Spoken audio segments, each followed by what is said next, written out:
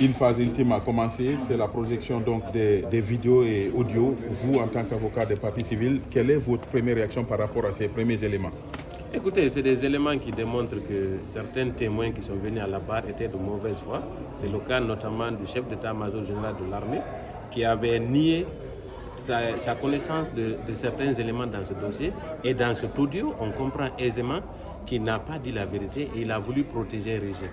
Et ça, c'est le premier aspect. Le second aspect, tous ces audios qui sont en train d'être projetés en ce moment ont été fournis par la commission d'enquête nationale qui, pour justifier sa mascarade dans son rapport, a produit ces éléments pour justement créer la diversion parce qu'il faut, quand il entend par exemple le président de cette commission réfuter l'idée qu'il y a eu de viol, minimiser le nombre de viols, on comprend aisément que ce rapport-là a été commandité justement dans le but de blanchir le régime de Moussa Dadis Camara.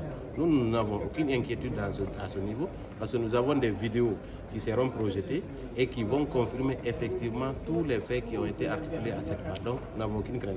L'audio là, c'est par rapport justement à la conférence qu'avait animée la commission. Donc pour vous, ce rapport-là n'est pas crédible. Non, ce rapport n'a jamais été crédible, puisque d'abord, son président, on sait comment les gens ont été cooptés pour consulter cette équipe qui a conduit cette commission nationale d'enquête.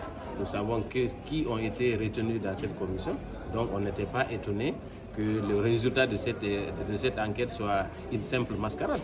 Donc nous, en fait, tous les audios qui ont été produits justement au moment de la saisine du tribunal, c'est dans le même sillage, donc ça ne nous intéresse pas.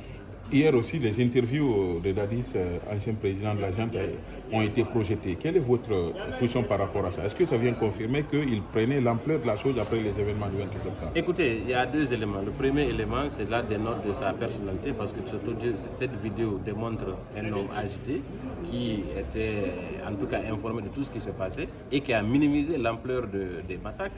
Et deuxièmement, il a voulu rendre responsables les leaders politiques qui avaient appelé à cette manifestation, ce qui est totalement aberrant.